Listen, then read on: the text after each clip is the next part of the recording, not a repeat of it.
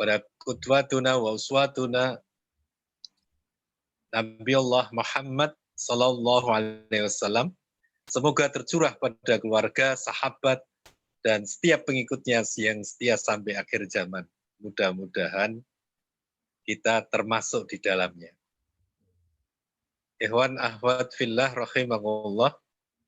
Allah berfirman di dalam surah 3, surah Ali Imran ayat 104 yang penjenengan semua sudah hafal dan insya Allah juga sudah melaksanakan perintah yang ada di dalam surah 3 ayat 104 itu. Wal takum minkum ummatu yad'una ilal khair wa ya'muruna bil ma'ruf wa yanhauna 'anil munkar wa ulaika humul muflihun.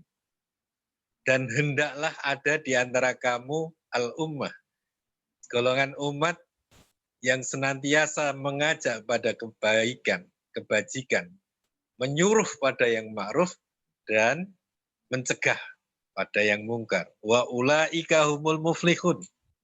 Maka mereka dengan ciri 3 ini adalah orang-orang yang beruntung. Ikhwan ahwat fillah rahimakumullah. Muflih atau untung menurut Allah adalah ketika ada 3 hal yang senantiasa kita lakukan dalam 24 jam kehidupan kita.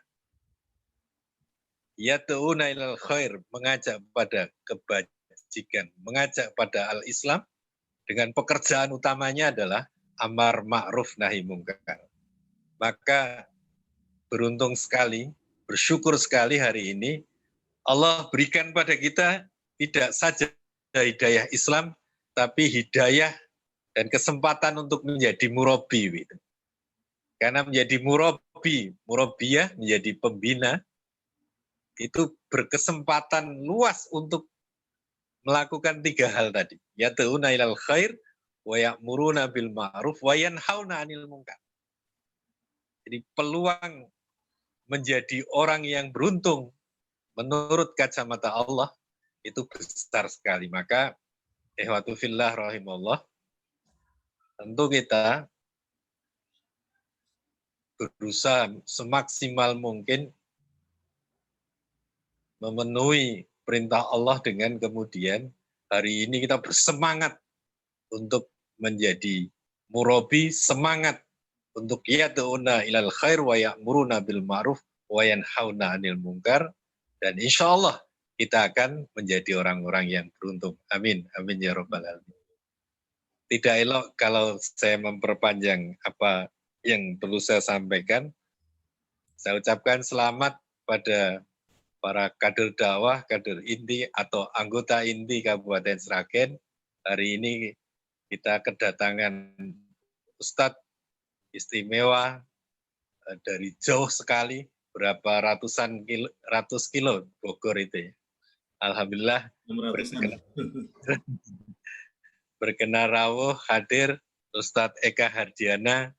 Terima kasih matur suwun atas kerawuannya diujinya Ustadz Eka Hardiana.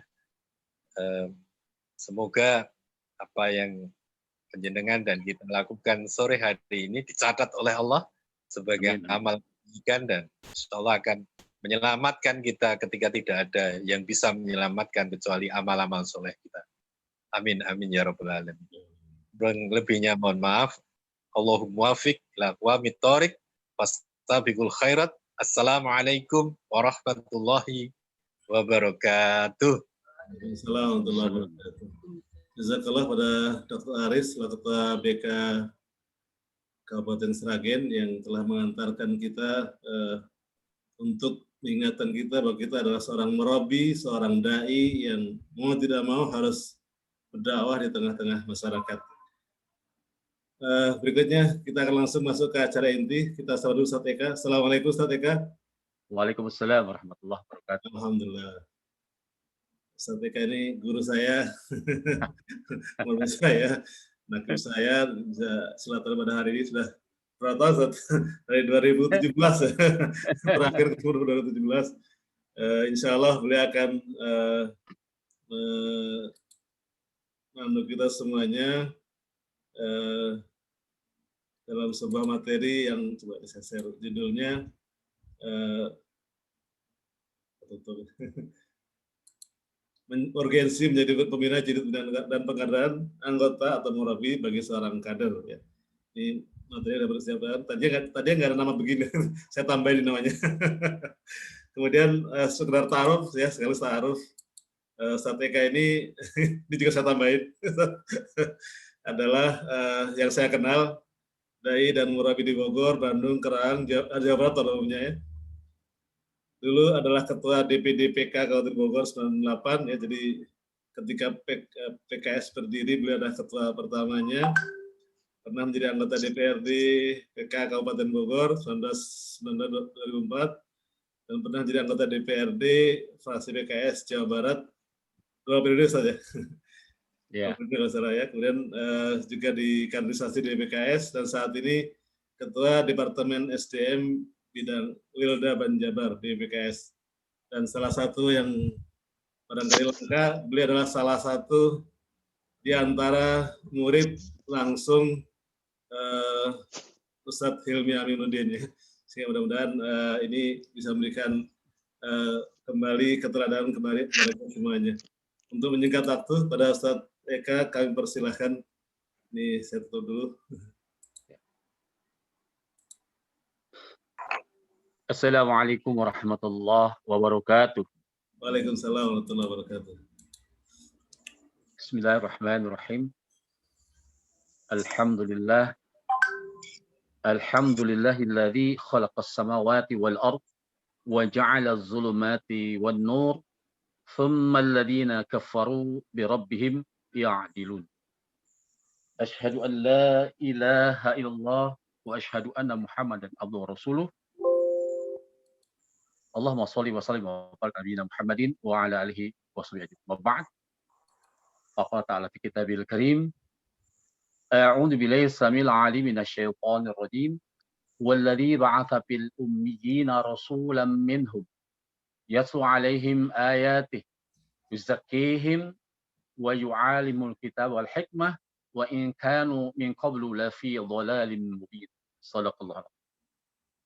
Para masyayikh, para asatidz, para ustadzat, kader di DPD Kabupaten Sragen,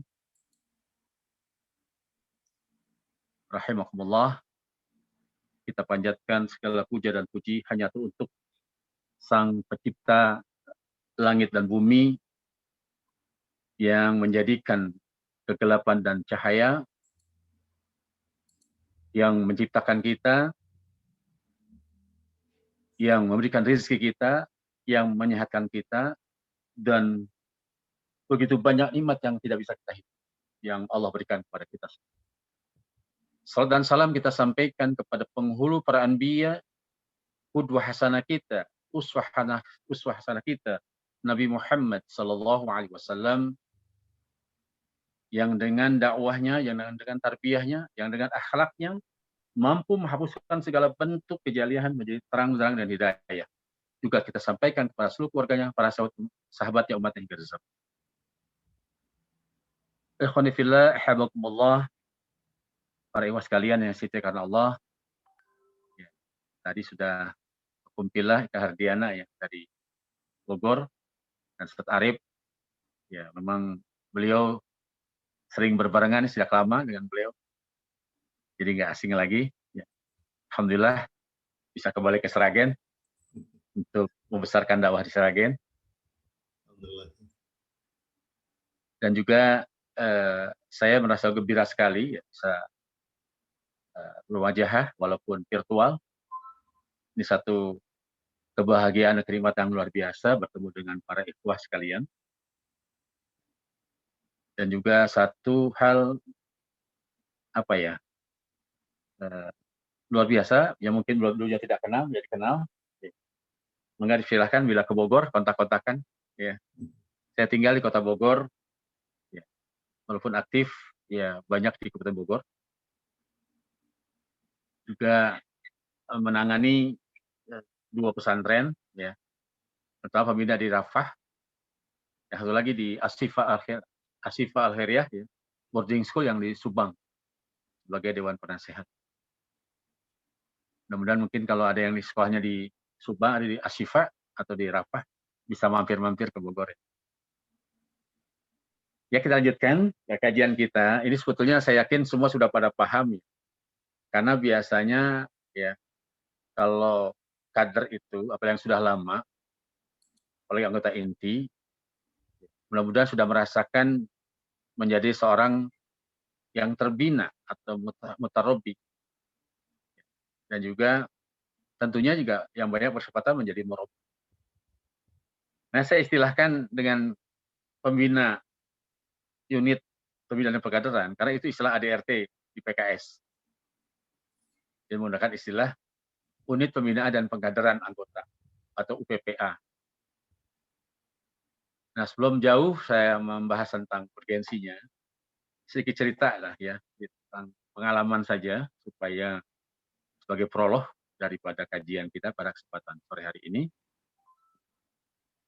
Nah, sebetulnya pernah ditulis oleh Ustadz yang sekarang sedang dapat musibah, istrinya ya, Ustadz Satria Hadi Lubis, yang menulis buku tentang 114 tips murabi sukses. Ya. Dia juga sahabat lama, beliau beda berapa tahun di Al-Hikmah ya. Pertama kali saya kuliah di Mahat Al-Hikmah Bangka. Kalau saya di awal tahun 90-an, beliau kalau salah di tahun 95-an kalau salah. Nah, di sini bagaimana kita tahu bahwa misi keberadaan kita di dunia yang fana ini ya tidak lain adalah memberikan rahmat bagi semesta alam sesuai dengan yang Allah firmankan surat Al-Anbiya ayat 107. Wa ma arsalnaka illa rahmatan lil alamin. Ini memang hitopnya kalau kita belajar Al-Quran, hitopnya langsung pada Rasulullah SAW. Namun tentunya juga karena biasanya Allah menggunakan kata amanu, kalau perintah itu bentuknya jamak, termasuk kita dalam. Sehingga kita sebagai pewaris daripada dakwahnya Rasulullah SAW juga memiliki misi yang sama, yaitu ya, menjadi rahmat bagi semesta alam. Apa yang maksud dengan rahmat? Ya, ini sama, makanya ada sifat Allah Ar-Rahman, ada Ar-Rahim dalam Asmaul Husna. Ya, Ar-Rahman, Ar-Rahim, ya, itu sama ada kata Ar-Rahmah, yang memberikan kasih sayang dan memberikan manfaat yang sebesar-besarnya bagi seluruh umat manusia. Nah, mau tidak mau tentunya kalau kita bicara ya memberikan rahmah, nggak lepas daripada maksud kita menjadi ada dalam jalan dakwah ini. Mengapa?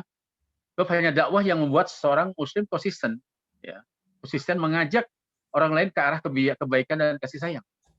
Dan jalan selain dakwah adalah jalan yang penuh ketidakpastian dan keraguan untuk mewujudkan misi keberadaan manusia tersebut sebagai seorang muslim. Nah, jalan yang seringkali menggelincirkan seseorang kepada sikap egois dan hanya mementingkan diri sendiri, ya itulah jalan yang di luar dari dakwah. Itulah sebabnya Allah mewajibkan setiap muslim berdakwah agar mantap mewujudkan misi keberadaannya di muka bumi ini. Kewajiban tersebut bahkan sudah kita sandang sejak kita masuk di akil balik. Kita tahu bagaimana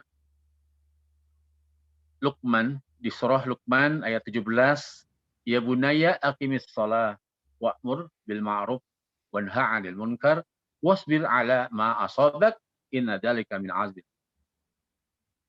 Di sini bahwa kita diperintahkan ya menegakkan salat. Kemudian juga ada amar ma'ruf nahi munkar tadi sampaikan ya. Ketua BK ya. Seperti itu. Nah, inilah merupakan luar biasa kalau kita perhatikan daripada misi dakwah kita. Dan kita tahu bahwa misi dakwah ini adalah jalan orang-orang yang mulia sepanjang masa.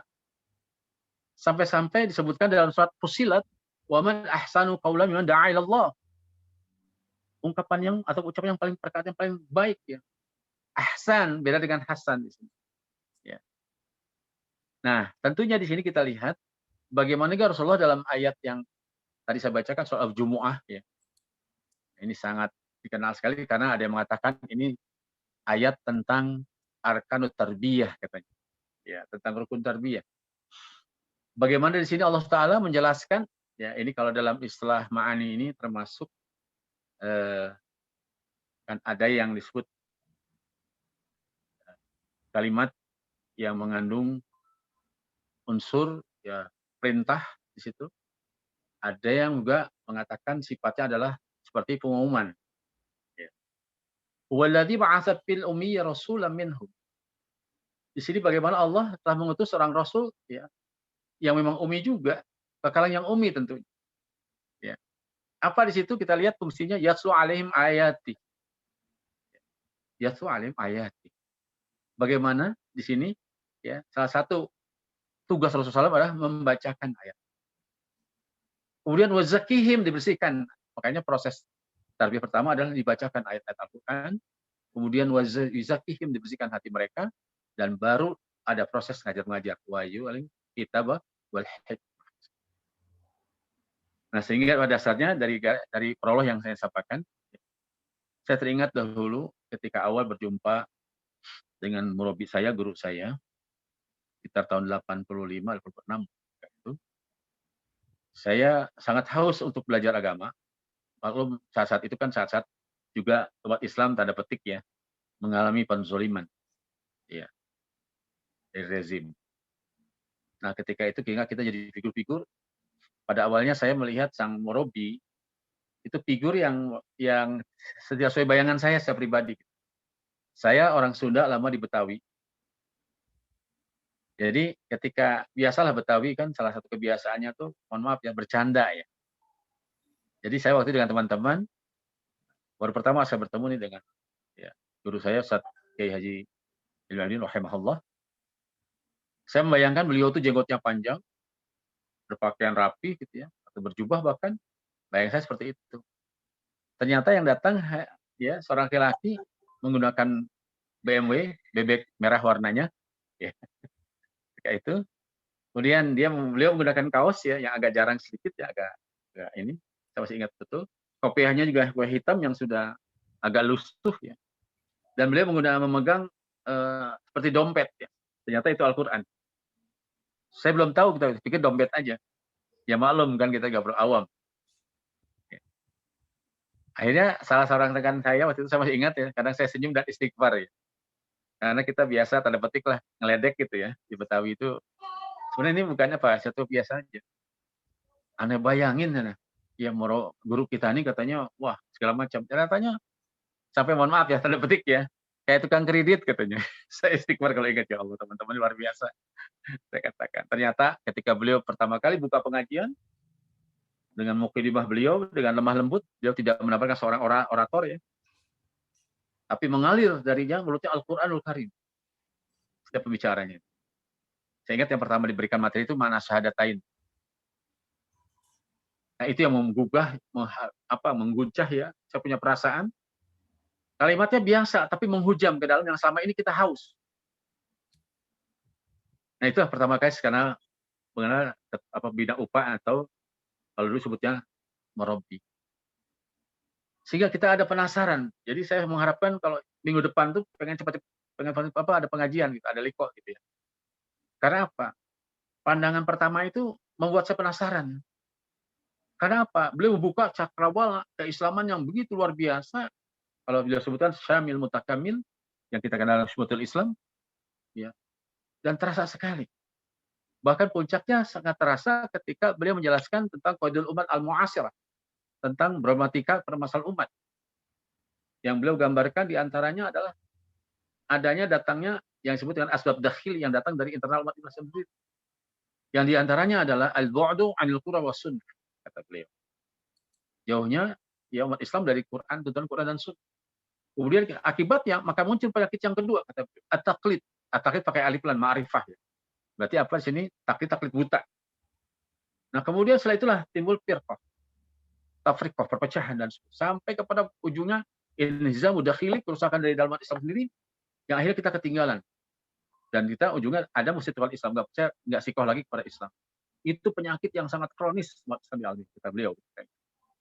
Nah, baru setelah itu kita diajarkan bagaimana menjadi bidang saksi Islamiyah. Makanya dalam buku Irwan Parito ya, Gubernur Sumatera Barat itu kan ada ya membentuk pribadi Muslim dan baru pribadi daiyah. Ya. Dan ternyata serangan yang kedua yang khariji ya kata beliau, ya, yaitu tentang ya nanti ujungnya ke murabi ya. Ini dari ayat ini saya perhatikan dari ayat ini kita bisa ke sana gambarannya. Yaitu adanya harakatul irtidad, gerakan pemurtadan yang dalamnya al-yahud, an-nasara wal musyrikun. Yang caranya menggunakan pertama cara militer, penyerangan penjajahan. Ya. Kemudian sampai akhirnya digunakan Ghazal Fikr. Ya mungkin materi-materi lama ini ya. Tapi ini gambaran saya dijelaskan waktu makin terbuka mata kita sebagai umat Islam. Makanya waktu itu bagaimana ya kalau kita lihat sini diungkapkan dalam ayat ini ya wa in kanu min qablu la fi dhalalim mubin. Itu yang terjadi kita. Kita dalam keadaan kesesat sesungguhnya. Ketika tercerahan dengan ayat tarbiyah pertama kali adanya liqa itu saya mulai melihat ini ada perubahan. Makanya beliau ajarkan selanjutnya adalah ketika kita udah mulai mengerti tentang kondisi umat, masuklah materi takwinul ummah. Masih ingat ya materinya ya? Ada takwin as-saksiyah Islamiyah, ada takwin ruhil jamaah. Ya, dari sinilah mulai teradanya tadi proses yang kita kenal dalam istilahnya ada dakwah ammah, dakwah secara umum, ada dakwah khassah. Kalau dakwah ammah sekarang dikenal dengan istilah ya dulunya Rabatul Am. Yang targetnya tajmi', yaitu kita mengumpulkan orang sebanyak-banyak. Nah, belum ada proses ini. Makanya dalam proses dakwah itu ada yang namanya pertama kali kita ada tabligh. Ya. Setelah itu ta'lim.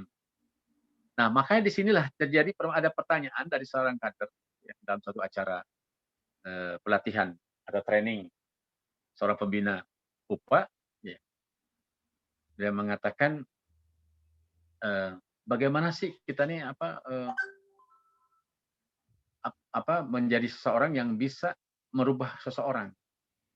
Saya katakan nggak mungkin itu bisa dilalui tanpa adanya proses tarbiyah. Yang di dalamnya adalah ada murabi, ada pembina, ada mutarabi, ada yang dibina, ada sistem saya katakan.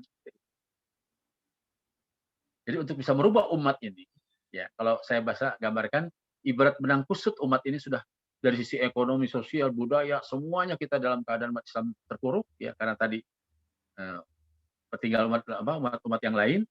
Nah ini saya katakan kalau kita tarik dalam satu sistem saja, maka tali ini akan makin kencang terikat, saya katakan.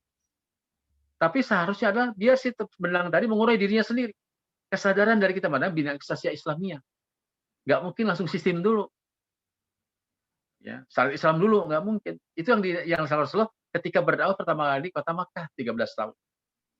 Kalau bahasanya bukunya siapa? Mulid Al-Ghotban itu adalah bahwa dakwah itu secara sembunyi-sembunyi Syria, termasuk juga strukturnya juga Syria. Dalam kitab Manhaj Haroki. Nah kemudian berubah sedikit demi sedikit, masuk kita kan, dari 80-an sampai tahun 94. Itu masa-masa bagaimana semuanya Syria. Nah masuk kepada 94, itu masuk kita dakwahnya Jahriyah. Tapi masih belum muncul namanya.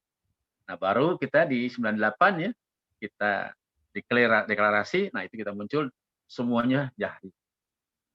Nah ini semua nggak mungkin kalau tidak ada proses yang disebut dengan tadi pembinaan atau tarbiyah.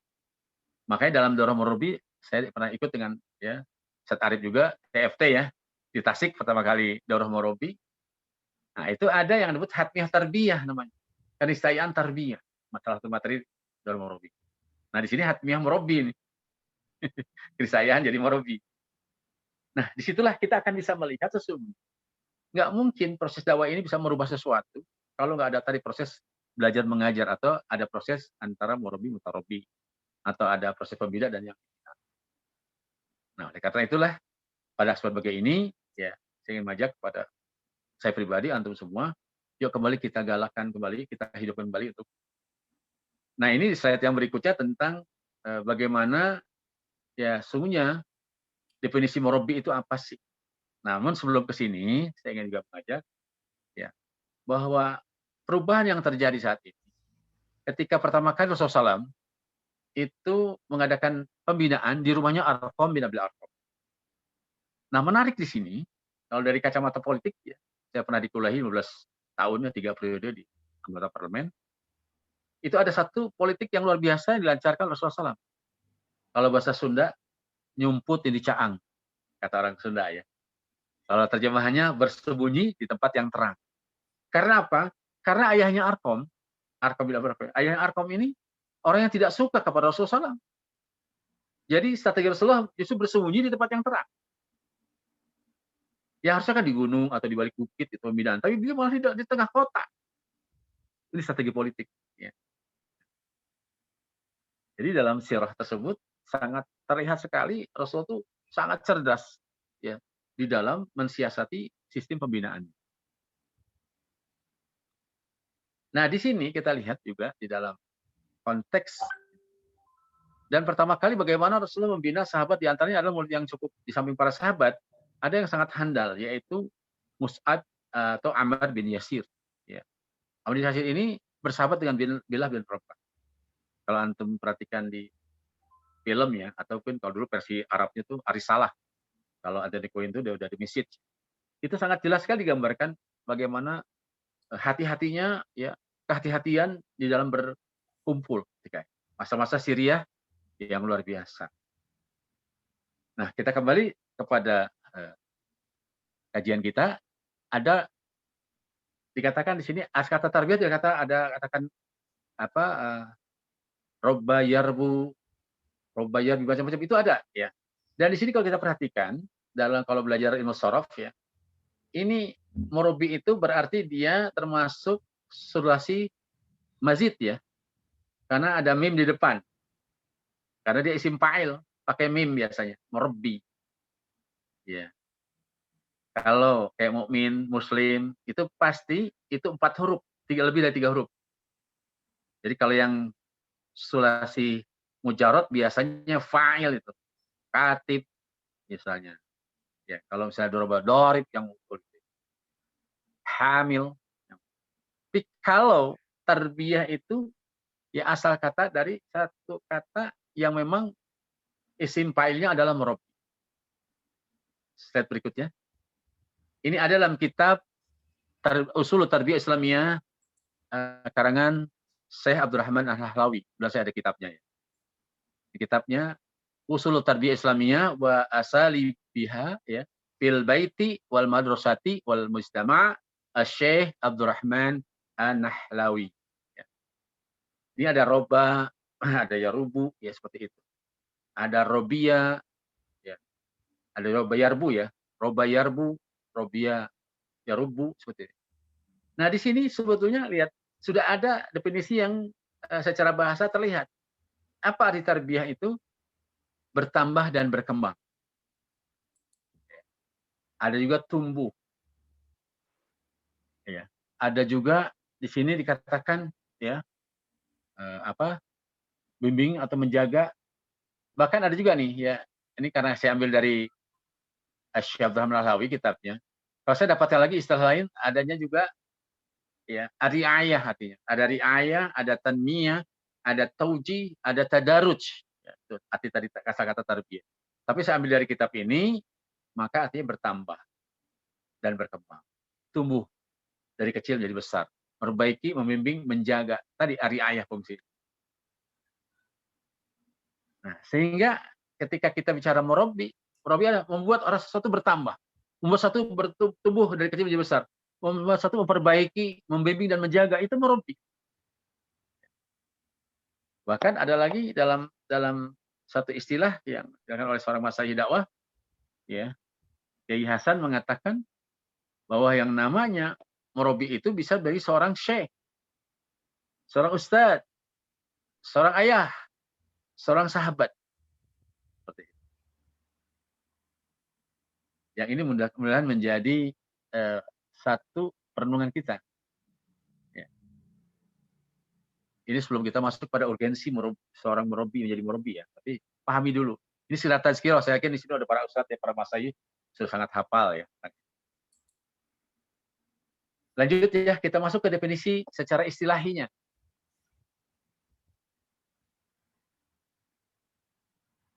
Kalau ayatnya ini ya, ayatnya nih, silahkan dilewat aja ya, ayat bisa dibaca lah. Ya. Saya ingin menjelaskan tentang terminologi itu. Apa itu? Amal terencana yang dilakukan dalam rangka membentuk, mengembangkan, dan memberdayakan umat sehingga menjadi kader dakwah yang memiliki karakteristik tertentu sesuai dengan jenjang masing-masing. Artinya bukan sesuatu yang simsalabim jadi begitu saja. Ada perencanaan, termasuk ketika seorang murabi ya akan mengisi katakanlah acara rutinnya tiap pekanannya itu dengan persiapan, dengan perencanaan. Jangan asal ketemu materi. Nah, kenapa salah satu pertanyaan juga oleh seorang kader, kenapa kok ada istilahnya upah yang tidak muntijah katanya. Saya bilang jangan dulu bicara muntijah. Sebelum fa'aliyah. Ya. Sebelum juga yang kondusif, saya bilang. Jangan langsung bicara produktif, muntijah. Ternyata setelah dititik, kebanyakan mereka itu nggak sabar. Yang penting nyampaikan materi. Bahkan mohon maaf ya, kalau kita pelajari buku, ya, ingat mungkinnya buku panduan dakwah kita ya, manhaj kita, itu banyak yang hanya langsung ke materi. Tanpa memperhatikan apa siklus ataupun mekanisme kader itu sendiri dari pahami. Nah, insya Allah kita ada KKP ya, yang baru ini. Saya pernah tanya dengan seorang BK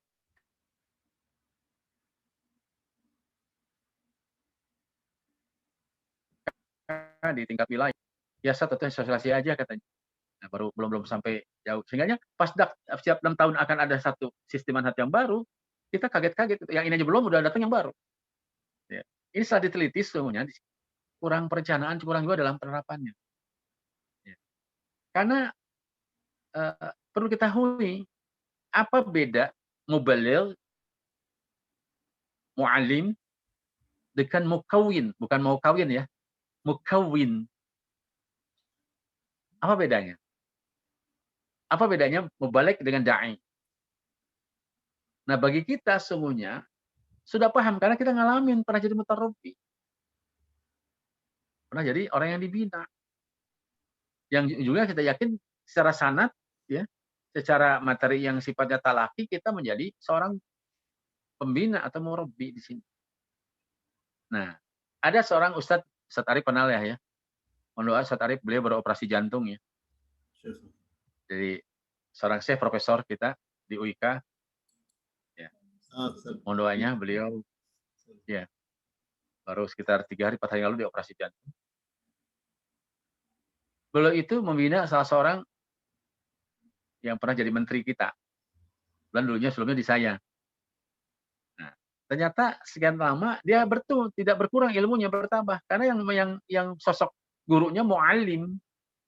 Nah, ini satu prinsip yang perlu dipahami. Muallim yang mengajarkan. Keilmuannya tidak diragukan. Tapi bukan mukawin, bukan yang membentuk, bukan yang mencetak orang. Padahal kita lihat tadi, amal terjadi yang dilakukan, mereka membentuk, mengembangkan, dan memberdayakan umat. Membentuk. Makanya takwin disebutnya. Orangnya mukawin, yang ngajar, muallim, yang tabligh, mubaligh. Ya. Sehingga kita akan menjadi kader dakwah yang tadi, sesuai dengan jenjangnya kita saat ini. Lanjut ya.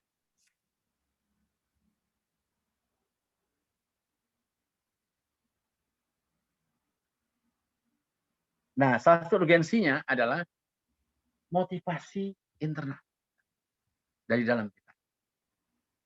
Karena apa? Seorang murabi itu cerminan. Saya merasakan pada awal jadi murabi sekitar tahun akhir 80-an. Itu merasakan, karena waktu itu kita baru 3 bulan disuruh ngisi di SMA.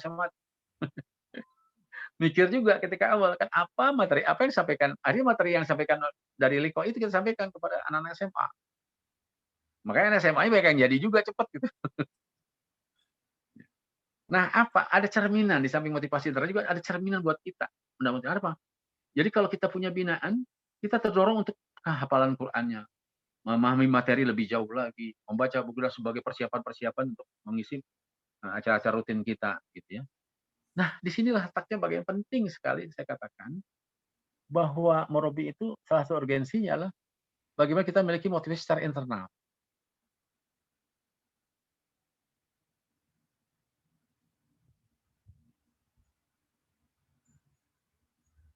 Kita lanjut ya.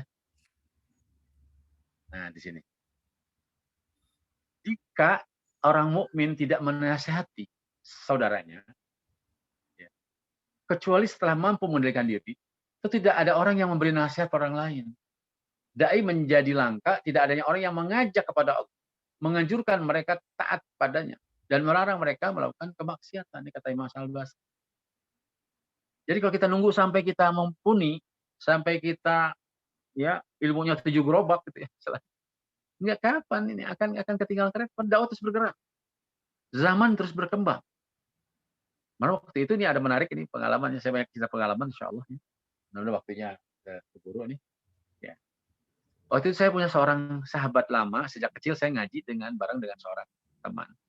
Yang akhirnya beliau pesan nyantri di Gontor. Nah, singkat cerita dia pulang, ya dia mengajar di Masjid Talim, saya juga ngajar di masjid dengan berapa orang, yaitu saya udah ada likoan, sudah ada halakoh ya ketika itu. Atau ada kelompok pembinaan sudah ada. Saya sekitar jumlahnya 12 orangan nih, sampai 15 orang. Dia hampir 100 tuh, kadang lebih. Saat dia melihat perbedaan selama berjalan sebulan, 2 bulan, 3 bulan, 6 bulan, dia lihat. Akhi katanya, boleh nggak ngobrol dengan antum? Sang sahabat ya, sang ustadz yang dari Tamatan Alumni Gontor. Ada apa, akhi? Saya bilang, antum ini pakai apa sistemnya sih? Loh, ada apa emang? Antum ngaji gimana sih? Alibata, saya bilang. Enggak, katanya. Ada perubahan nih, apa ada yang menarik nih? Antum punya binaan hanya sekitar 15 orangan, tapi taatnya luar biasa.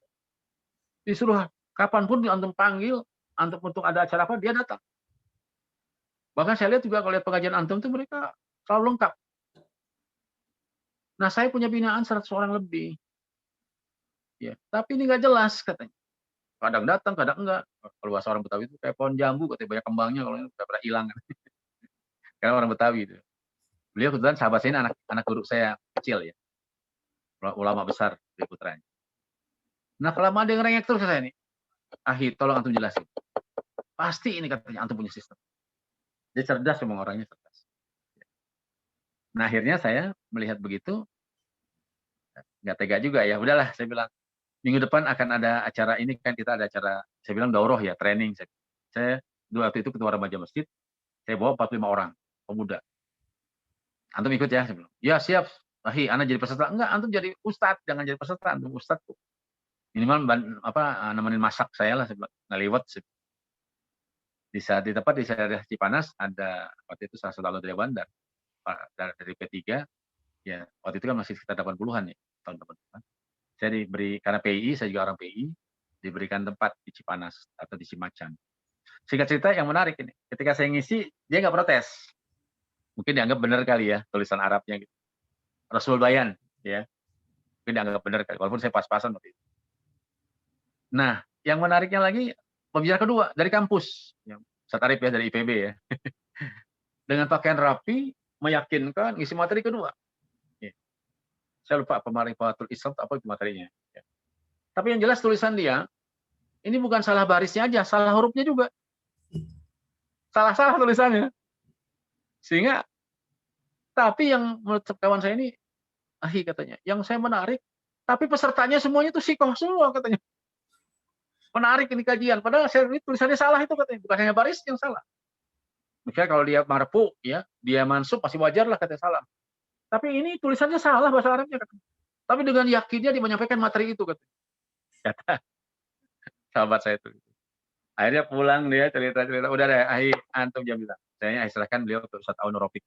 Yang jadi anggota intinya dengan Ustaz Aun Rafiq. Nah, ini satu pengalaman. Artinya kita jadi murabi dulu dipaksain ya, Ustaz Arif ya. Dengan modal pas-pasan kan. Tapi kan jadi juga kan, pada jadi juga di bidang gitu. Produknya ya kayak kita gini gitu kan. Nah, jadi kalau kata Ustaz Lili Nur Aulia dikatakan kata-kata yang kita keluarkan sebenarnya pertama kali ditujukan kepada diri sendiri sebelum orang lain. Jika kita mendapatkan ilmu, kita yang pertama kali harus melakukannya itu. Jadi makanya itu motivasi pribadi dulu kalau jadi murabi itu, yakin kita mau belajar. Kayak saya ngomong bahasa Arab, ya belajar bahasa Arab gitu kan. Otomatis tuh. Itu salah satu urgensi murabi. Lanjut ya. Kemudian yang berikutnya, yang kedua, adanya upgrade kafaah. bahasanya upgrade kapal, meningkatkan kemampuan. Itu satu urgensi yang kedua daripada menjadi seorang pembina. Karena apa? Otomatis kan tadi bertambahnya ilmu, bertambah lain. Saya ingat merasa kekurangan ya ketika awal dengan Ustadz Ilmi, kemudian juga akhirnya saya dipindahkan kepada seorang asatidz lain. Ya, ketika itu saya mulai merasa kekurangan. Ibaratnya kalau teko, ya teko itu kan diisi air ya, itu airnya lama habis kan dikasih orang lain terus. Nah, akhirnya saya mencoba ikut ya yang namanya pernah ikut dulu bahasa kayak model apa ya? Sebelum saya di Al-Hikmah ya, ikut semacam pelatihan dakwah. Nah, terasa di situ mulai saya mendapatkan banyak keilmuan. Nah, saya lengkapnya saya merasakan cukup bukan cukup ya, merasakan terobati itu ketika di Mata Al-Hikmah. Cuma sayang pun karena perkembangan dakwah saya ditugaskan oleh beberapa masyayikh dakwah di Bogor untuk tugas di satu daerah 3 kabupaten di daerah Pantura. Ya. Nah, disitulah saya mulai mendengar sirah, mengenai bagaimana memperdalam akidah, tarbiyah Islamiyah, mulai juga bicara dengan sakofah Islamiyah dan sebagainya. Mulai kita mendapatkan seperti itu. Nah, ini yang menjadikan sesungguhnya kita menjadi orang-orang yang tadi saya katakan mengupgrade dirinya sendiri. Itu kelebihan sang murabi. Oh, nggak mungkin murabi cukup dengan apa adanya. Istilahnya akan kehabisan bahan, kehabisan materi gitu ya, kalau bahasa dulu. Makanya akhirnya pula ya saya ikut juga beberapa acara. Dulu ada saya tamu seorang guru saya juga belum pernah jadi murabi, jadi mutarabi beliau, Ustaz Rahmat Abdullah rahimahullah. Ya, mungkin sang murabi. Ini pun saya ikuti tiap pekan malam setiap Ahad pagi itu ada kajian subuh. Kalau kita mungkin sekarang taskib ya. Hingga ketika kalau ngisi acara di Bogor, saya tuh dapat pasti tanya, Ustaz mana saat selemperannya saat dari Jakarta? Padahal bukan di Jakarta ya, di Bekasi ya. Ada Iqra di Islamic Center Iqra. Nah, saya semakin merasakan perlu belajar dan belajar. Ya, seperti itu. Nah, kemudian berikutnya lagi, ya, bahwa urgensi murabi adalah bagaimana wujud kita komitmen kepada organisasi pada jamaah. Ini. Jadi pengejawantahan atau pewujudan daripada komitmen kita kepada organisasi kita, pada jamaah kita. Makanya kita jadi seorang, ada yang bertanya, Ustaz, saya gimana? Saya bukan murabi, berarti saya nggak komitmen. Belum, saya bilang. Terus. Jadi kalau memang saya akui ada seorang yang kapasitasnya mungkin setelah dicoba sekian kali tidak jadi-jadi ya. Tapi saya alami sih keluarga saya pertama seperti itu. Ya, udah saya mahat di Al-Hikmah, sudah di mahat Iqra. Sampai waktu di Iqra tuh sampai nangis-nangis cerita. Ujian Ustaz Rahmat yang ngajar akidah materinya. Jadi antara ujian dengan antara materi yang diberikan dengan ujian nggak nyambung. Saya ngomong ke Ustaz Rahmat waktu itu, Ustaz, istri Ana protes, Ustaz, antara yang diuji sama yang Ustaz terangin beda. Udah, penting ikut ujian makbul kata beliau. Kalau Ustaz Rahmat itu ada istilah, kalau istilah saya itu enak didengar, susah dicatat. Itu materinya. Kita suka terpukau karena beliau ahli sastra ya. Jadi sastranya sangat tinggi gitu. Kalau kita tuh enak sekali. Ya. Nah, artinya begini, kalau mau dipaksa, tapi kan bukan hanya di situ kita. Bisa juga kita sebagai recruiting kader. Walaupun belum jadi seorang murabi. Dan saya banyak tahdus minimah yang saya dampingi, tahdus minimah ya, itu biasanya sekarang jadi murabi handal. Asal ada kemauan. Ya. Maka salah satunya kan ada kendala kemauan, ada kendala situasi, ada beberapa kendala ya di dalam kita kesulitan di dalam menjadi seorang murabi.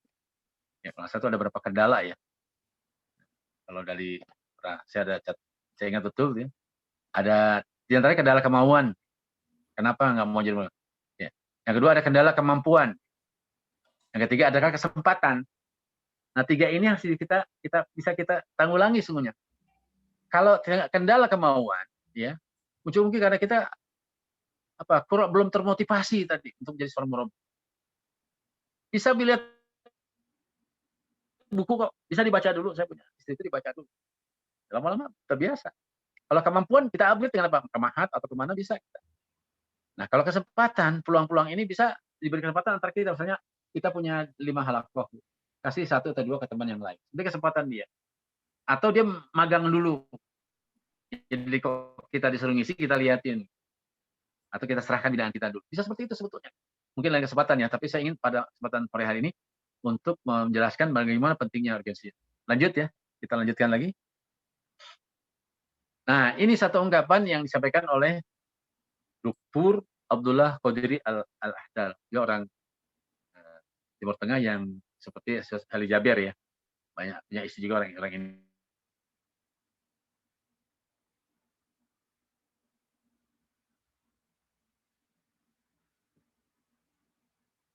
Indonesia ayakuna murabiyan. Semuanya al-ah yang sesungguhnya, yang hakiki tidak boleh tidak mesti menjadi seorang murabi, itu kata beliau. Innal ah as-sadiq la budda ayyakuna murabbiyan. Ini dulu jadi semangat ya Ustaz Arifnya kita di Bogor ini jadi semangat yang membuku untuk membina ya. Sehingga kita bisa mencetak dari 70 anggota inti jadi 700 ya Ustaz Arifnya dalam berapa tahun? 1421 ya. Mungkin Ustaz Arif masih ingat. Itu yang selalu antum bikinin banner ya. Apakah Anda sudah membina? Itu kalimatnya gitu tuh. Di kepala kalimat tuh ada pasti Ustaz Arif buat tuh. Kalimat tuh ya untuk ditalimatkan pada setiap kali. Nah, ini menarik sebenarnya ungkapan ini ya. Jadi nggak ada lagi kecuali kita adalah kalau kita sebagai seorang al-ah, seorang ikhwah, ada sebagai seorang murabbi. Sampai begitu. Ya, la Buddha itu tidak boleh tidak atau wajib menjadi seorang murabbi. Lanjut ya. Nah, berikutnya lagi bahwa urgensinya menjadikan amal jariyah. Apa itu amal jariyah? Amal yang mengalir. Kalau hadisnya sudah pada hafal ya. Di slide berikutnya itu hadis Muslim 1631. Idza matal insanun ya in qata'a amaluhu illa min salasat. Min shadaqatin jariyah wa ilmin yatanfa'u bihi wa waladin salih yad'u lah. Ya. 3 ini kan menjadi satu yang apa ya, dihafal oleh kita, yaitu yang disebut dengan sedekah jariyah. Ada ilmu yang bermanfaat. Nah, disinilah taknya ketika antum mampu memberikan petunjuk pada satu orang, maka sama juga antum mendapatkan unta merah dalam satu riwayat. Bahkan juga dunia dan sisi. Ya. Di hadis berikutnya, kita lihat. Nanti ya. Nanti ada di hadis berikutnya kalau salah. Nah, di sini saya ingin tekankan dulu pada dewa semuanya, sebelum masuk pada syarat generasi robbani, bahwa sungguhnya dakwah tadi pada di awal sudah saya sampaikan. Ini satu keniscayaan, hatmiyah. Nggak mungkin kita akan merubah satu kaum kalau kita yang mengubah diri kita sendiri. Yaitu dengan para dai Allah. Dan ingat kan bagaimana pertama pembahasan peristiwa jilbab tahun 90-an ya, merdeka di Al-Azhar kita rayakan. Karena Taharus bin Imam saya juga alami, Taharus bin Imam adik saya kandung sendiri ya. Ketika itu tahun 86 diusir hampir diusir ya dari sekolah SMA-nya gitu. Waktu itu saya menghadapi ternyata yang teror itu guru agama yang ya waktu itu masih modal nekat ya, saya samperin aja. Kalau bahasa Betawi satronin. Ya, ketemu dengan kepala sekolahnya, nggak berani ketemu, akhirnya guru agama, kita diskusi panjang. Ya, akhirnya beliau terdesak karena saya menggunakan dalil Undang-Undang 45 pasal 29 ayat 2.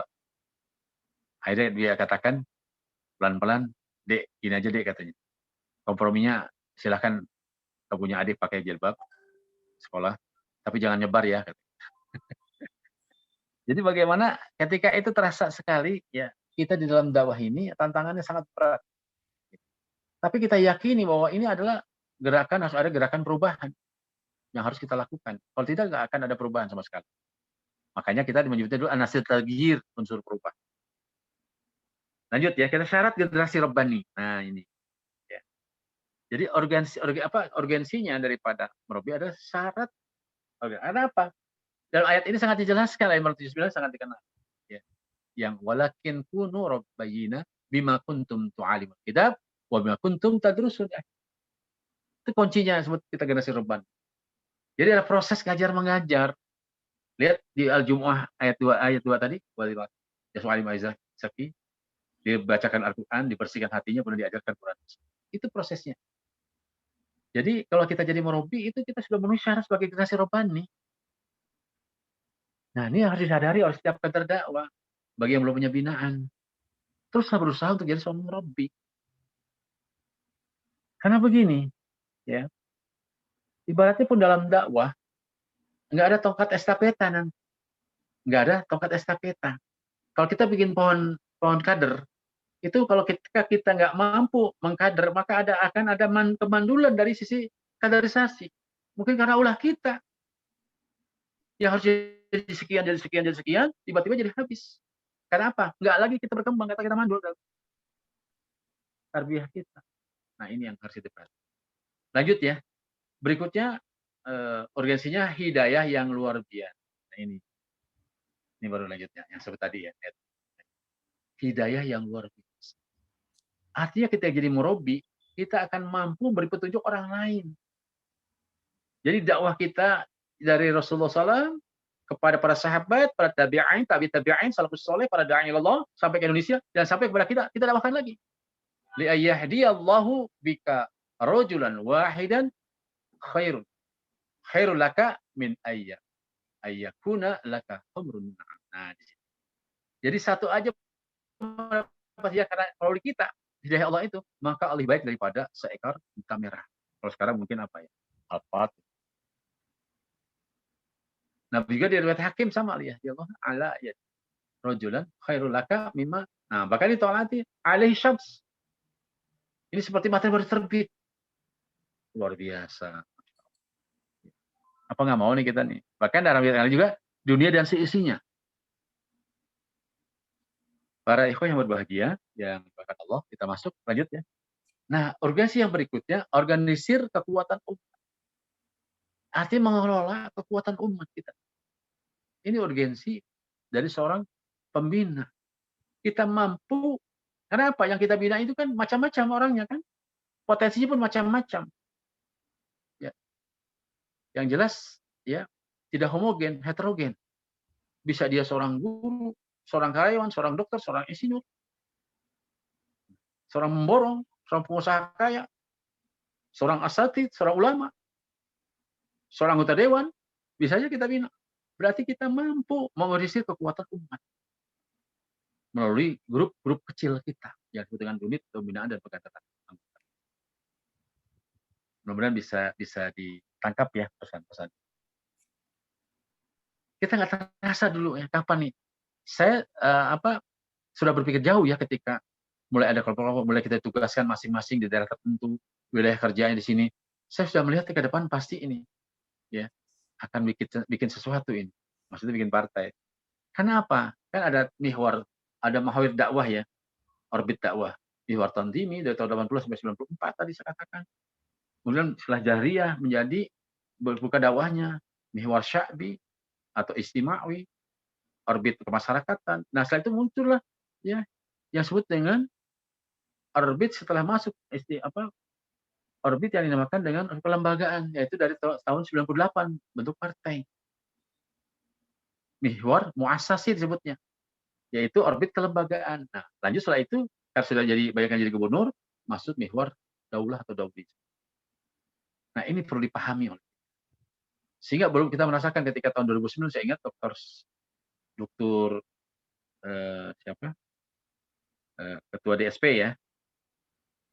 Nah, beliau mengatakan kita punya 300 orang doktor dengan berbagai disiplin ilmu.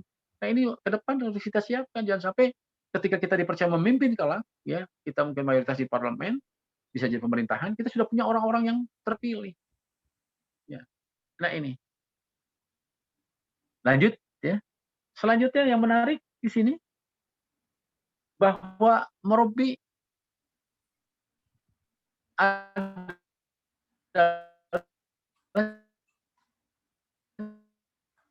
juga karena kekuatan umat kita kumpulkan ya. Nah, tapi juga kita ada fasilitatornya murabi, menyuplai apa? Ya, mensuplai kader tadi terbaik. Sekarang misalnya jadi menteri kan harus siapa itu dari halakoh itu, dari kelompok pembinaan, dari UPA itu. Nggak bisa dipungkiri semua melalui itu. Nggak ada tiba-tiba jadi gitu, nggak. Makanya salah satu syarat anggota dewan kita kan minimal harus terbina. Nah, ini mudah-mudahan saya berharap makin menyadari tentang pentingnya sang murabi. Nah, terakhir, ya, yang terakhir saya sampaikan nanti kita diskusi adalah akselerasi tahapan dan orbit dakwah. Nah, ini ya, akselerasi tahapan dan orbit dakwah tadi saya sampaikan. Jadi bagaimana kita mampu adakan percepatan dan tahapan dan kalau tahapannya satu tangga ya tahapan. Kalau orbit itu seperti kita lempar air di atas air tuh, ya, seperti lingkaran berkembang gitu. Seperti digambarkan kan orbit seperti ini. Nah, itu sisinya kan tanzimi sampai kepada yang paling luar, di luar daulah. Nah, itu maksudnya. Ya, makanya di Pemungkas bahwa juga pembentukan dan pencetakan pemimpin dakwah, pemimpin umat dan pemimpin pemerintah. Pembentukan dan pencetakan takwin, qiyadah dakwah, qiyadah ummah dan qiyadah daulah, pemerintahan. Di slide terakhirnya, pembentukan dan pencetakan. Nah, sebelum saya tutup, saya ingin menggambarkan sebagai bahan ilustrasi tadi untuk bagi para ikhwah yang belum yakin, nggak pede. Memang tadi saya katakan ada tidak kendala kemauan, kendala kemampuan, kendala kesempatan. Coba itu semuanya antum jawab. Insya Allah bisa. Mulai dari belajar kultum di acara UPA. Kultum dulu, gitu kan, sambutan atau jadi MC dulu. Memang harus latihan jam terbang, jangan langsung jadi murabi handal, nggak bisa. Makanya saya sarankan jangan dulu bicara langsung ya upahnya upah muntijah yang produktif. Tapi mulailah dari ya hadinah dulu. Apa itu? Yang upah di mana dia kondusif, kehadirannya bagus, macam-macam. Yang kedua, fa'aliyah, berdaya. Berdaya. Jadi upahnya mampu halakohnya mampu diberdayakan. Dan yang ketiga baru aktivitas. Dan yang juga amanah yang kedua yang disampaikan sebelum itu, Ustaz Ilmi mengingatkan ada sebut mentolak dakwah. Ini juga harus dipahami oleh seorang murabi ini. Mentolak dakwah itu asas dakwah. Materinya ada insya Allah Ustaz Arif yang sudah pernah dapat ini. Yaitu yang pertama adalah ya matanutul jamaah, kekokohan organisasi struktur. Yang kedua, hayau itu dakwah, dinamika dakwah. Yang ketiga, inti dakwah, produktivitas dakwah. Nah, tiga inilah yang harus kita ukur. Sehingga ketika bicara harokah dakwah, pergerakan dakwah, maka akan muncul pertumbuhan. Pertama, dari sisi hamiyah jumlah. Yang kedua, dari sisi nau'iyah, kualitas. Dan yang ketiga, dari sisi kudrah, kemampuan, skill. Wallahu a'lam bishawab. Mohon bila ada yang keliru dan kurang tepat. Segala kekurangannya. Waalaikumsalam warahmatullahi wabarakatuh. Warahmatullahi wabarakatuh. Jazakallah Ustaz Eka Ardian yang telah menyampaikan ya, sebuah kilasan gambaran tentang bagaimana menjadi seorang murabi dengan segala pernik-perniknya dan urgensinya. Ya, mudah-mudahan kita semua terpacu untuk bisa menjadi seorang murabi, ya, sehingga gambaran ya sekali lagi di Sragen ini, kalau saya tadi sempat sampaikan di dalam slide ya,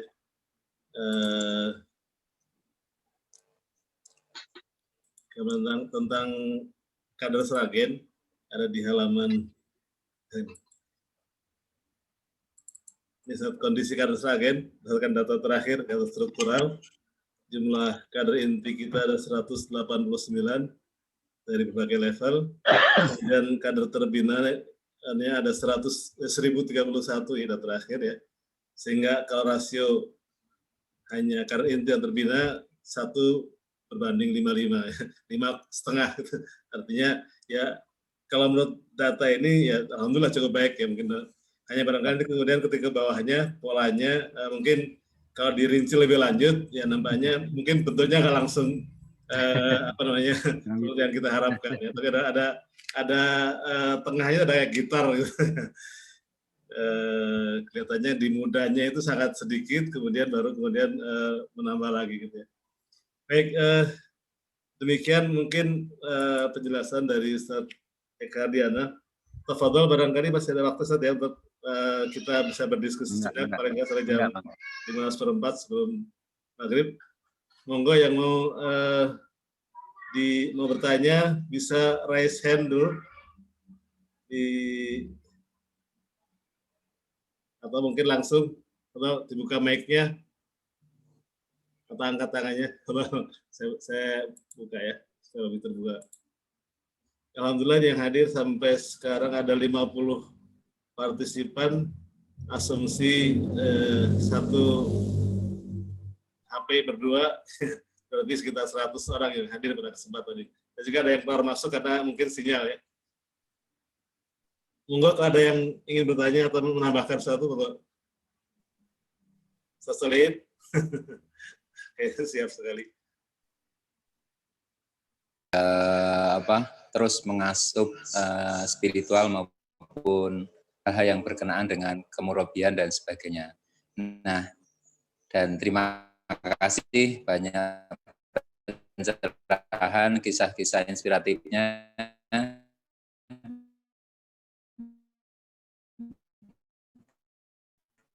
Dulu juga sempat ngisi Raya Bogor 1 dulu 2007 insya Allah. Ya. Nah, sejak ngaji Liqo itu langsung gampang sikoh ya. Ya sekarang karena banyak disrupsi ya, saya sedang bisa dikatakan sedang bagaimana memasuki dunia anak muda sekarang, muda milenial yang mungkin tidak begitu mudahnya mereka langsung menerima, apalagi untuk duduk manis dalam sebuah halaqah yang jangankan untuk daurah mungkin 1 jam bersama itu aja sudah mereka bosan. Yang kedua, zamannya juga instan. Nah, saya memang mencoba menggunakan pendekatan-pendekatan yang bisa dikatakan agak-agak unik. Saya pakai kuantum tarbiyah, kemudian back to tarbiyah dengan bahasa-bahasa yang sudah kita ramu dengan sangat simpel. Tapi itu pun kayaknya masih perlu dirumuskan, Ustaz, bagaimana agar booming generasi muda, atau katanya kemarin Ustadz Irwan Dinadi menyampaikan bahwa kita punya bonus demokrasi terutama untuk kader dari keluarga kader dakwah itu sendiri atau para anak kader. Nah, ini bagaimana menurut Ustadz kita di Sragen ini agar bisa tersupport dalam soal menggerakkan potensi anak muda dalam terutama tadi menjadi tarbiyahnya dulu, yang kedua untuk menjadi murabi, karena untuk menjadi tarbiyah saja itu seneng tarbiyah saja itu perlu perjuangan, apalagi untuk seneng jadi murabi. Mungkin itu Ustaz, mohon maaf tanyanya kalau kurang berkenan. Jazakumullah khairan katsiran. Assalamualaikum warahmatullahi wabarakatuh. Waalaikumsalam. Ya, langsung Ustaz Arif ya. Ustaz Arif langsung. Ustaz Arif.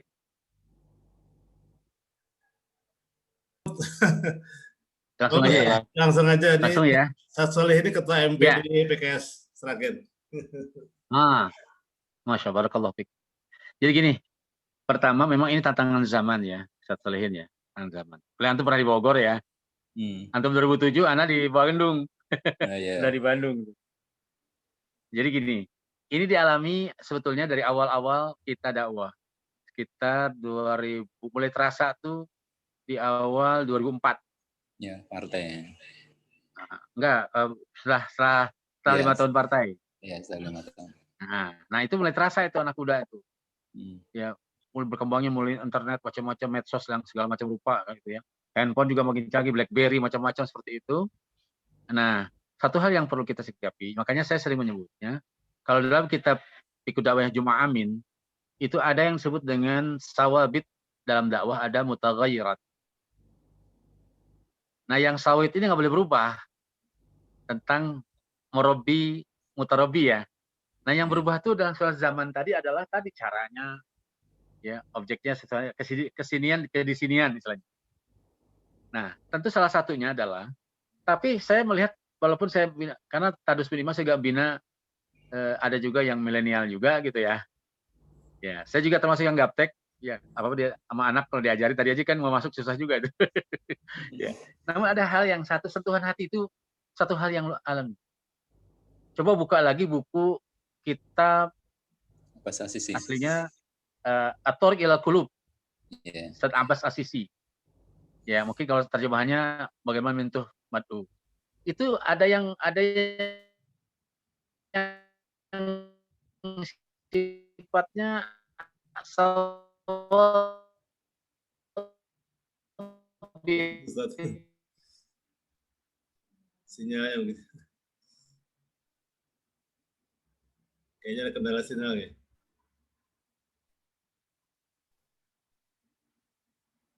Iya, kelihatannya ada kendala sinyal Ustaz Eka.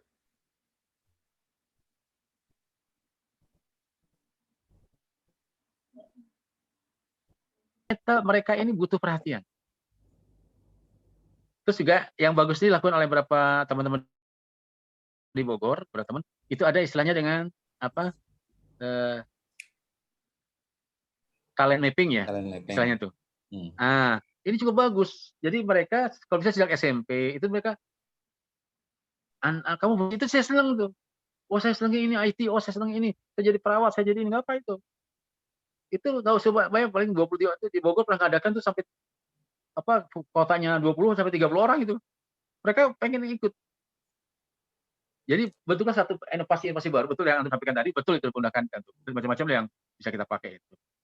Yang jelas kita update. Ya saya pertama dulu aja ngisi mereka bingung kan. Tiba-tiba kirimannya apa? Kui ngaji katanya. Saya pikir kui apa? Saya bilang nggak tahu yuk ngaji gitu. Saya bertemu belakangan dari anak. Wireless macam-macam nggak ngerti sih. Ya kita kan ya sesolin ya generasi apa bukannya milenial, kolonial ya, kolot itu tua. Kolonial. Nah jadi itu caranya. Tapi betul kalau secara asawabitnya mereka tuh ingin disentuh oleh kita. Nah termasuk kepada kan juga ada tipe kalau misalnya anak kita. Antum kalau ada tipe anak emang nggak bisa dengan orang tuanya langsung tarbiyah, nggak bisa. Harus butuh orang lain. Saya belajar tentang Imam Madhab ya. Rupanya Imam Malik ya, rahimahullah itu ngajinya itu juga ke Imam Hanafi, termasuk Imam Syafi'i. Itu dikirim walau bukan oleh orang tuanya. Makanya pesantren itu di situ juga kita lihat. Ya.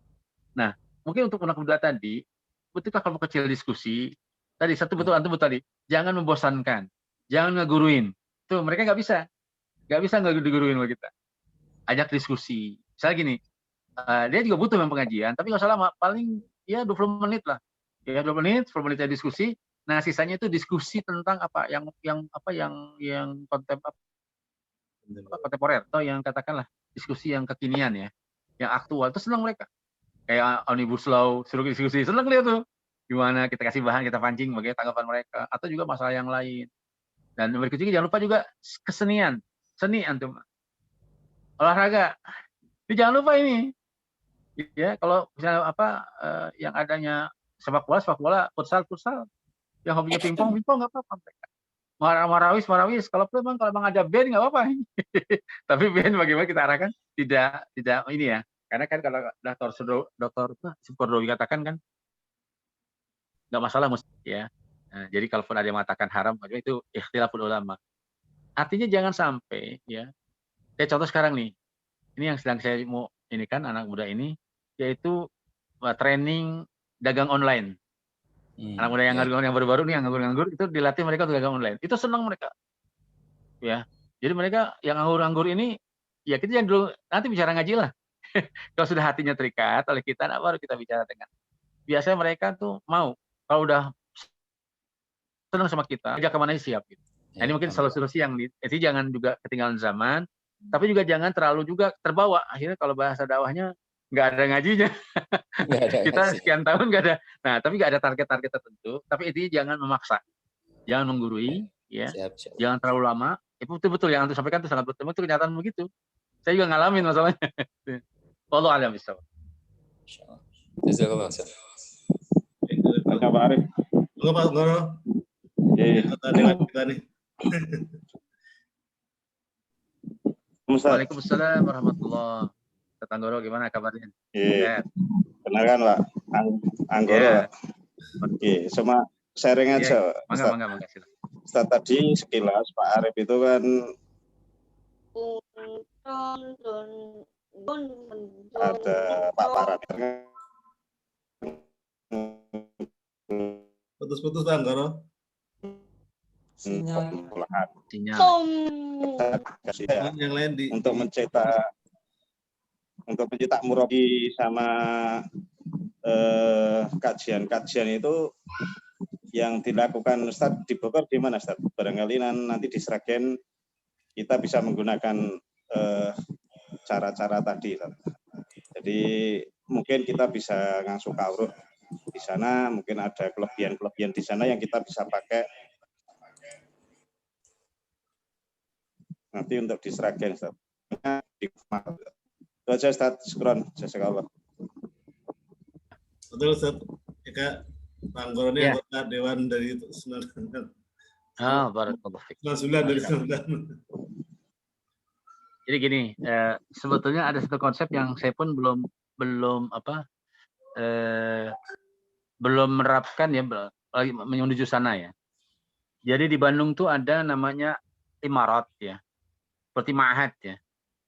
Ma'had ini seperti Lipianya, tapi mungkin lebih inilah, karena orang yang ngajar banyak orang kita semua. Nah di Jakarta ada namanya LBIQ, saya ikut 3 tahun 4 tahunan di sana, Lembaga Bahasa dan Ilmu Al-Quran. Ini di bawah Pemda DKI. Ya, bahkan juga di setiap kantor MUI itu ada juga pelatihan dai, pelatihan mubalik dan para ulama. Nah, tadi itu secara umum dulu ya, saya bicara secara umum dulu. Nah, itu kalau bisa adakan ya, target kita sebetulnya ke depan ini belum kesampaian, tapi sudah mulai saya wacanakan kepada Presiden partai yang sekarang Ustaz Sehu ya, karena dulunya di Wilda. Ya, dulunya beliau. Itu saya sampaikan, tapi belum terwujud. Nah, ada sebetulnya sudah dibuat oleh kita Mahat Noaimi. Ini Lipianya kader nih. Ya, mungkin pernah dengar ya. Nah, itu saya bisa minta ke Ustaz tentang itu ininya. Softwarenya. Hanya butuh 2 Ustadz ulum syar'i ya. Walaupun ini kita belum terapkan ya. Kalau Noaimi udah jalan. Nah, Noaimi siap bantu 2 Ustadz syar'i, nanti untuk adminnya bisa dibantu 1 orang dari beliau. Ya, atau magang dulu beberapa orang ya, seperti kalau Ustaz Arif biasa di Ummul Qura nih, bisa magang belajar dulu ya. Nah di situ di Bogor juga sudah ada ya, di Salahuddin ya, Ustaz Arif ya, S1 dia sudah S1 sekarang. Nah kenapa ini saya perlukan? Ini jadikan kader misalnya di Sragen tuh setiap kecamatan MUI-nya bisa kita pegang. Coba dia S1 hafal Quran, S1-nya S1 Arabi ya, S1-nya S1 Syariah kan. Itu kalau di tingkat kecamatan jadi MUI itu bisa leading itu. Dibandingkan asatid yang lain, tapi tetap gaya ke-NU-nya ya, jadinya harus dipelihara gitu ya. Nah ini saya coba, contoh kan di Bogor tuh Ustaz Arif Akmal jadi sekarang tuh, jadi anggota dewan tuh, itu dari MUI tuh, kecamatan. Artinya apa? Nah ini pola-pola mungkin ya Ustaz Anggoro ya. Saya bicara umum dulu. Nah kalau yang khusus, kita memang sekarang ini sudah mulai mendalami, karena kita ada juga Ustaz Usul Fikih, di kami ada Ustaz Taufik Kulaimi ya.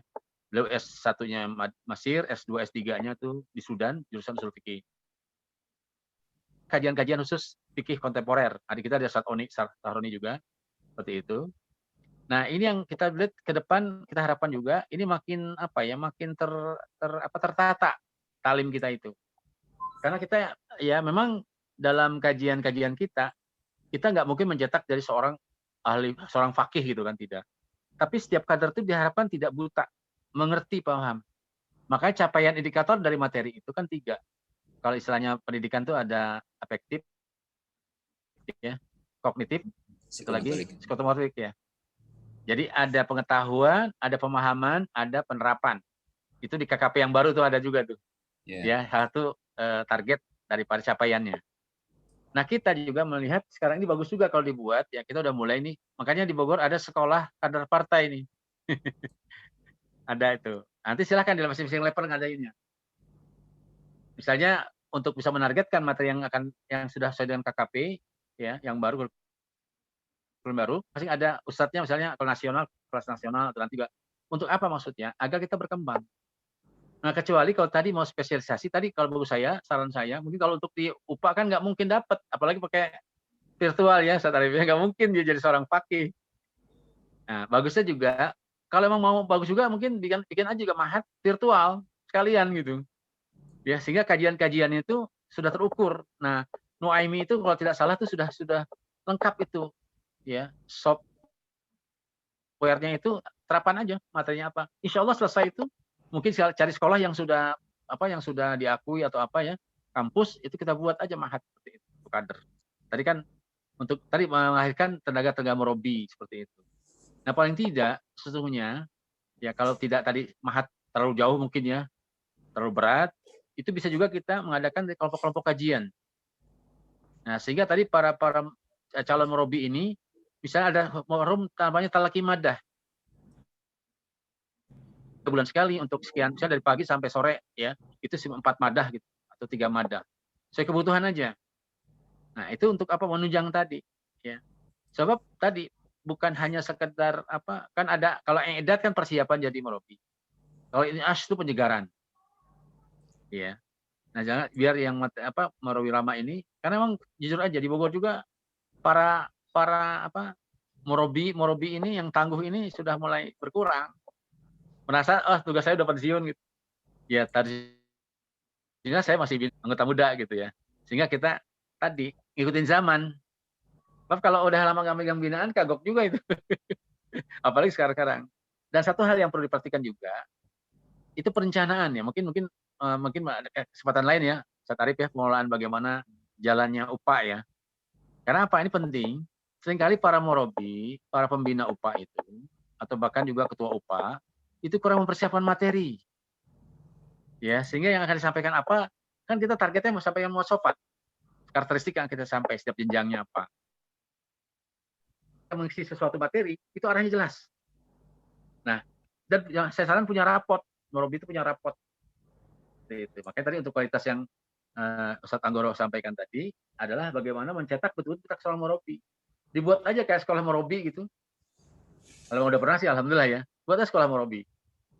Untuk mencetak murid baru. Wallahu a'lam bishawab. Jazakallah Ustaz Eka Ardiana yang sudah memberikan gambaran ya, tentang sekolah murabi ya. Sekolah murabi Islam terpadu kalau di kita ya. Baik, nampaknya sudah mendekati waktu maghrib kalau di Seragen Ustaz di sini. Iya. Jam 5:30 kurang ya. Mungkin sebagai terakhir dalam closing statement ini saya ingin minta sedikit cerita kisah ketika Ustadz masih tarbiyah menjadi mutarabinya Ustadz almarhum Ustadz Hilmi Aminuddin Allah yarham. Kira-kira apa yang membuat tertarik orang untuk kemudian lekat dengan likonya Ustadz Hilmi gitu. kita kan jauh dari muasis ya. Sekaligus closing statement. Ya. Bismillahirrahmanirrahim. Pertama tadi ya kisahnya ngeledek ya. Saat ini kita ledek itu. Saya bilang kata teman-teman tuh tukang kredit ya, bawa dompet. Padahal dompetnya Quran gitu. Nah, jadi salah satu adalah beliau itu sangat detail perhatian. Dan kelebihan beliau tuh hafal cepat nama. Sekali pertemuan beliau akan hafal. Yang itu saya coba terapkan, tapi sejak usia 50, Arif, banyak lupa saya nama tuh, orangnya inget. Beliau tuh sangat ingat. Sekali ketemu dia tersebut nama. Nah, jadi salah satu kelebihan beliau juga, di samping madahnya yang memang kental, ya, juga beliau tuh selalu punya sasaran tiap madah yang disampaikan. Makanya itu yang saya pakai sampai sekarang. Ya, jadi beliau itu kalau beliau masih materi itu, kadang mungkin hanya sambungan satu ayat saja. Gitu. Nah, baru belakangan ada Rasul Bayan kan, beliau buat tuh. Ternyata beliau bikin itu dari kitab. Jadi beliau tuh kitab dibuat Rasul Bayan oleh beliau. Itu bikinnya di kendaraan atau belum mau berangkat, coret kitab oleh beliau. Akhirnya dirapikan oleh beberapa asatid yang hotnya bagus. Gitu. Yang kedua, yang berikutnya juga pengalaman saya itu dengan beliau. Ya, jadi beliau tuh yang nggak pernah artinya menunjukkan kesulitan. Nah, kita diajarkan oleh beliau, ya, supaya tafahum itu betul-betul. Beliau pernah salah satu almarhum di atas perdagangan Saudi Arabia. Saya tahu waktu itu, jujur saya dapat, nah itulah kepekaan kita dilatih oleh beliau, peka keadaan murabi. Ternyata kan beliau tidak ada ma'isyah. Kerja, tapi belum digaji. Di Rapel.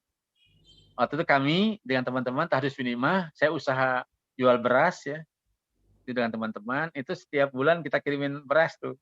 Tapi saya nggak mau, kalau ketahuan nggak mau beliau. Jadi Wildan waktu itu putranya yang sekarang ngelola pesantren. Nah beliau ini masih kecil waktu itu. Wildan ada abi nggak? Nggak ada. Saya masukin aja. Udah tarik gitu. Nah ini satu pengalaman menarik ini. Terakhir ya karena waktu ya. Jadi kalau beliau ketika saya jemput karena beliau tuh saya lihat kendaraannya mungkin dipakai atau sedang rusak. Saya waktu itu ada orang PLN sahabat saya. Nah beliau tuh mobilnya mobil teruntung ya, mobil yang lama tuh, yang masih kecil. Dia jemput beliau, ya ketika itu kita sore hari. Nah ketika selesai sampai di rumah beliau keluar, itu pertama keluar beliau, ya melirik ke tetangga sebelah. Jadi jalan gang, jalan ya, itu ada ibu-ibu sedang ngobrol-ngobrol. Ibu-ibu ini udah pada masak nih, tegur. Sebelah kanannya ada orang tua yang mungkin habis sakit, ada tempel koyo ya di sini, tempel. Bapak sehat.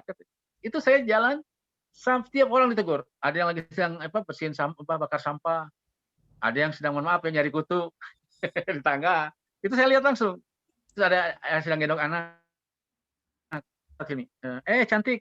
Yang dicolek anaknya ya, bukan ibunya ya. Anaknya yang dicolek ya. Itu sampai saya bilang sama teman di belakang, ini kapan nyampenya kita nih? Kan udah keburu maghrib nih saya bilang. Tapi Ustadz terus. Nah, sepanjang jalan itu yang saya pelajari, negur ke tetangga sebelahnya. Makanya Pak Otang, peduli 40 tetangga, itu saya teringat program beliau. Jangan pernah antum bicara dakwah kalau nggak kenal tetangga, katanya. Sebenarnya masih banyak ya, karena waktu Ustaz Arif ya. Nanti lain kesempatan kita cerita lagi lah. Panjang pokoknya.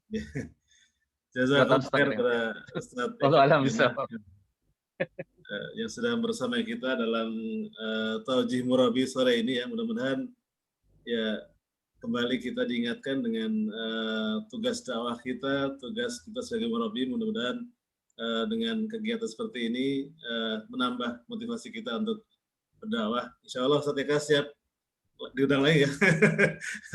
Dan kesempatan yang lain masih banyak. Dengan segala keterbatasannya. Dengan segala keterbatasan.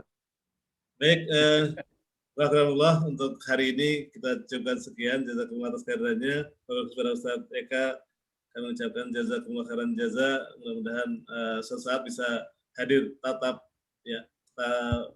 muka bersama kami betul-betul di Sragen. Belum pernah kan injak Sragen. Amin. Insyaallah. Mudah-mudahan ya. Baik, kita cukupkan sekian dengan ucapan hamdalah dan doa penutup majelis. Alhamdulillahirabbil alamin. Subhanakallahumma bihamdika asyhadu an la ilaha illa anta astaghfiruka wa atubu ilaik. Assalamualaikum warahmatullahi wabarakatuh. Waalaikumsalam warahmatullahi wabarakatuh. Ini pamit ya, Ustaz Arif pamit ya. Nggih, siap. Assalamualaikum warahmatullahi wabarakatuh.